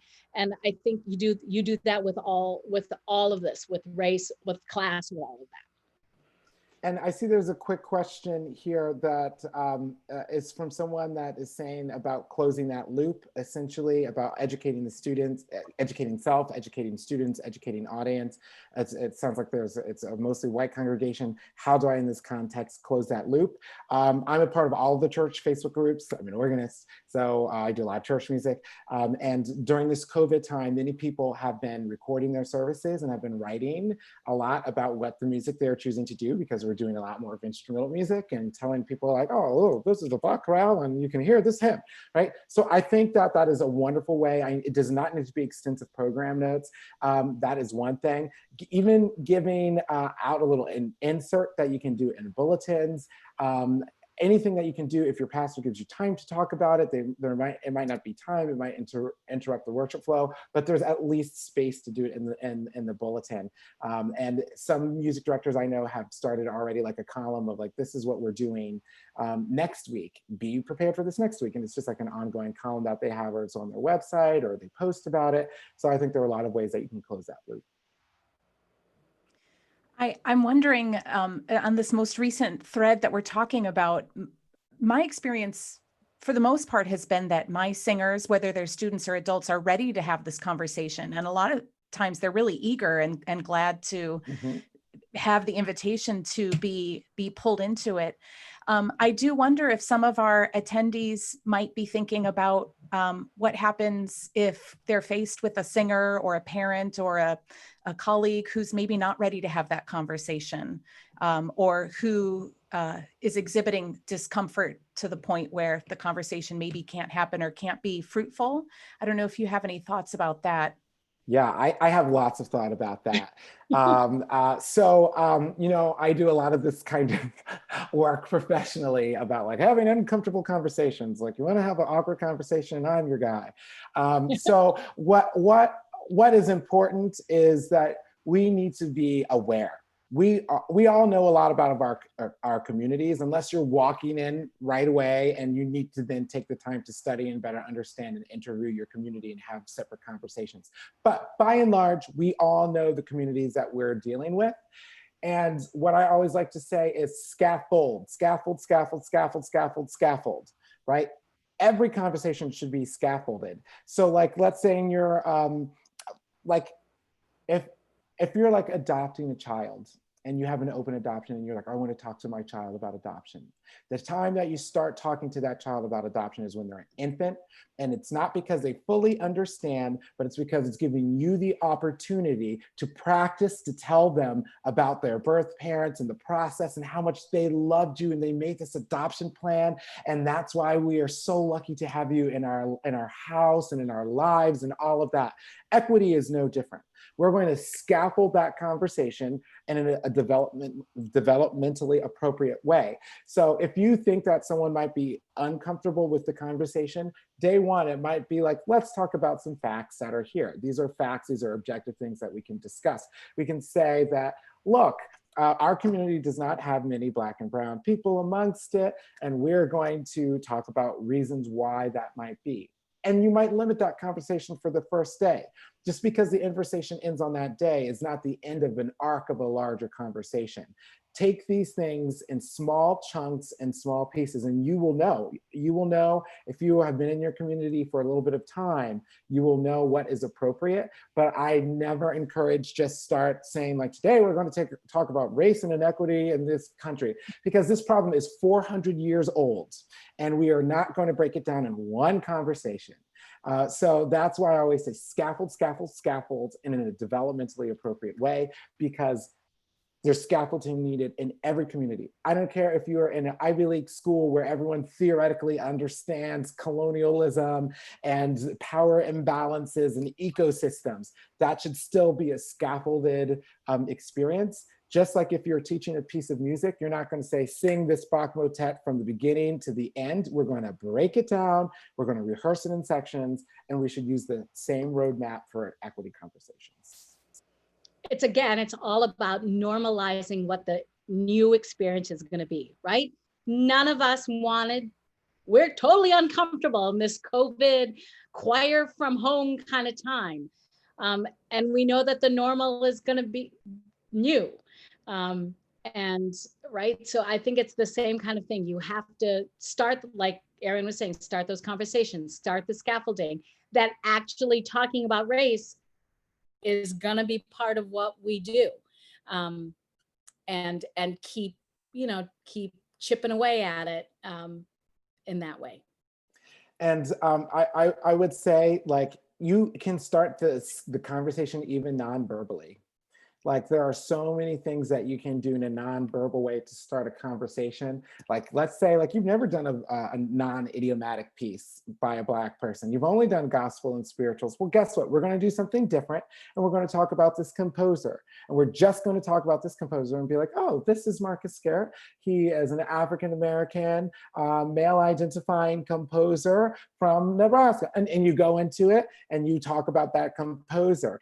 And then when you start to kind of go in here and to the next piece that Marcus writes, well, this one is a spiritual. How might his lived experience have helped him in arranging this piece? Because we're then taking people a little bit further. You know, this virtual format that a lot of us are finding ourselves in for who knows how long is actually a really great opportunity to have these conversations, because we're not working towards flagship performances or, this is a great time to be doing this. We have time to do our reading, we have time to do our research and to have conversations. I've been following the chat a little bit, and I know that you both talked a little bit earlier about next steps for the Diversity Initiatives Committee and that there will be some work done soon. I know that when I went to the ACDA national website, I didn't find a whole lot on any of the standing committees except the name of the committee and then the person who's chairing it and the members. And some people are asking about having some of these great resources that are being mentioned. Will they be made available in a single place? And I'm wondering if the committee will have more, if you think, Ariane, the committee will have more exposure on the national website as part of this upcoming work, where we can go to acda.org and see some of the resources that you're recommending. We do hope that that's kind of the end goal. Right now, the Facebook page is a place where a lot of people are going.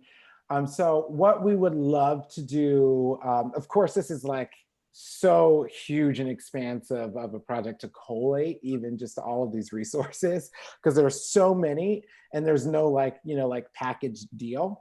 And though we want to be able to provide as much ease and convenience as possible, we also know that people need to do a little bit of research and work. And we also have been having this internal conversation about like, how easy is too easy for people? And then do we delegitimize our message by saying, do your homework, if it's just, here's everything right here? We do plan to put some guidance together. One of these task forces, their whole job is going to be like, okay, we need a starting place of, first, let's better understand how we can create equitable cultures and better understand race, gender identity, sexuality. Like, we're going to have like those kind of resources. And then what we're thinking about is creating some sort of dynamic resource, which means that it would be our hope, and I don't know that this will happen, but my vision personally is that we would be going out to the larger membership, and it would be some type of survey of sorts where you can recommend a resource, and that resource would then be sent to a group of people who would vet that, because we want to be sure that anything that is sent is comes with authority and comes with scholarship. And then it goes to a dynamic list. Let's say it's a Google sheet or something that's embedded somewhere, but that is the vision of what this would be. So it would be like one place of like equity resources that are non-musical related. Start here, here are some good things, and then it would go into a few other buckets of resources that are available. That is not created yet. That is a huge task, as you guys can imagine. And so we are truly grappling with the best way to do it and how easy or not easy to make it, not because we don't want to make it accessible, but we also want to encourage, like, we also know that just like kids, they learn the most through exploration. And that is going to be the best way for us as choral directors to learn is through exploration. So we're trying to find and balance out like what is the best way to share all of this. So stay tuned. Lots coming up. I can put the Facebook link back into the chat. It was shared a little while ago, but no problem. I'll put it back in the chat real quick for you. I see there's a question here about. Let me, really quick, I'm just checking, when does your next session start? Because we'll keep Thank going you. forever. And then all of a Yeah, sudden I was it's- like, people are gonna need to go somewhere else. Yeah, it's no problem. Yeah, we are going to need to close this link at 11:15. So we have 10 minutes, and I see Okay, great. my colleague here at Tacoma, Kirsten Schaefer, saying, please keep going. Yes. And so our listeners know that this is an ongoing piece of conversation that we are having as a board. And it started actually a couple of years ago, but if you would like to be part of that conversation or hear more from us, please go to our state website, waacda.org, and find our names and just shoot me an email. We have a board meeting this Friday. This is going to be a big part of that meeting, is recapping this whole experience. So please do let us know, because we do only have, unfortunately, 10 more minutes, but Yeah. I'll turn it back over to you, and I'm going to put that Facebook group link back into the chat. Here is, do you have any recommendations quickly for existing spaces for POC choral educators looking to connect with other POC music educators? I don't know that there's like a Facebook group that exists or another group. I am unaware of one. If someone does know one, I would love to be a part of it and know about it and engage with it. So I'm so sorry that I don't know. I've never been made aware of one. So I can't say that I Right. do. I would think start with the diversity initiatives page. I mean, that is, right, it is kind of the weird thing in that a lot of us who are people of color have all just been Yes. doing as we see each other and make eyes at each other at a conference and are like, you're not part of my circle, but you look like me. Can you, hello?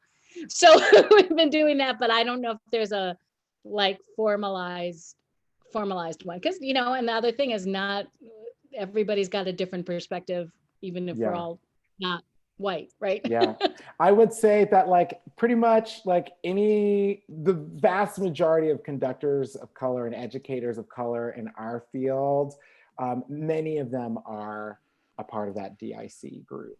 So, and you can reach them there. And like Penelope said, and the other thing is, it's true, at conferences we do kind of just like find each other and find a lot of solidarity there, and it's just like, oh my god, it's so great to see you, cousin. So that is definitely a thing, but I think it would be great if there were that resource. I think it would be a really great place to have. And I'll be honest, I was on the diversity committee for our state music educators association probably 10 years ago, maybe more than that at this point.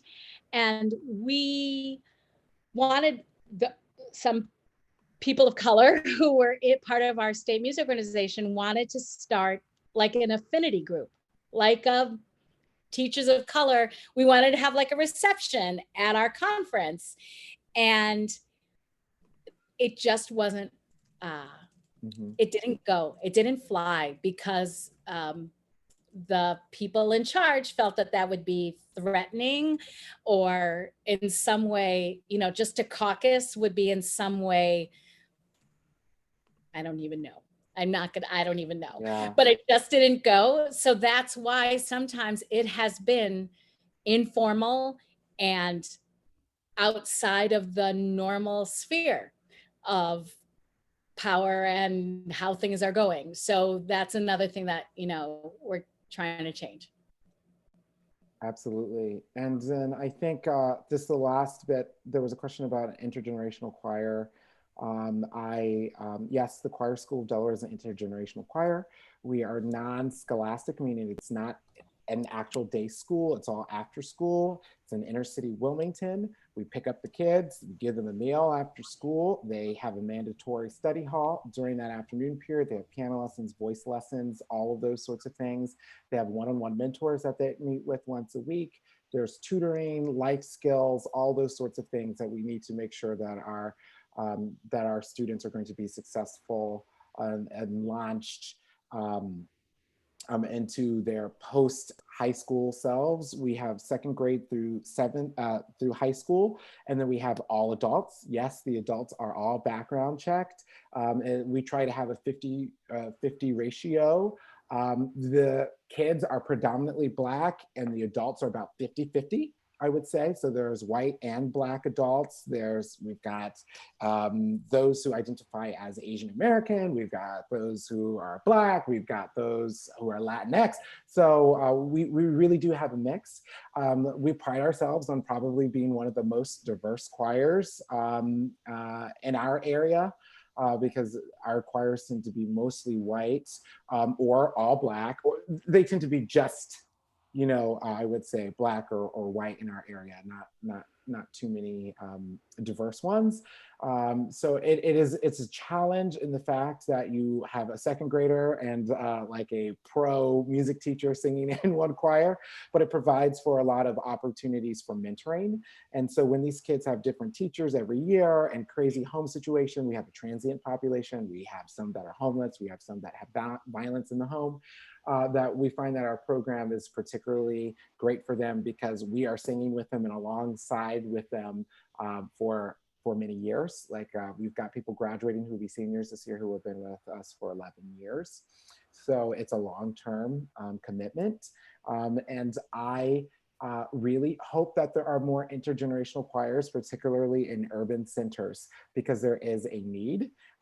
Everyone who comes to our doors loves it. It is a joy to be a part of such an organization and to work with so many it's great to work with such potential, as we were talking about earlier, potential that comes to the door. These are not savant kids. They all learn. We build technique brick by brick. We honor their cultural heritage, race, and ethnicity. We celebrate that.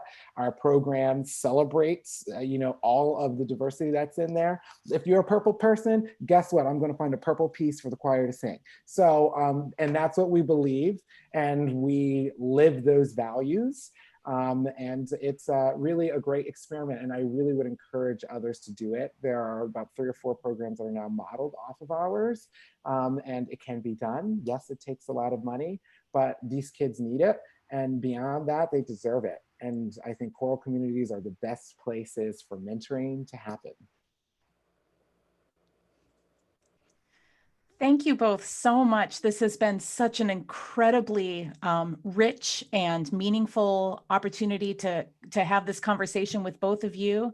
I know that me personally, I've been kind of grieving our current state of affairs with being in homes at a time when we really just want to be able to look our singers in the eye and hug them and just share our love for them.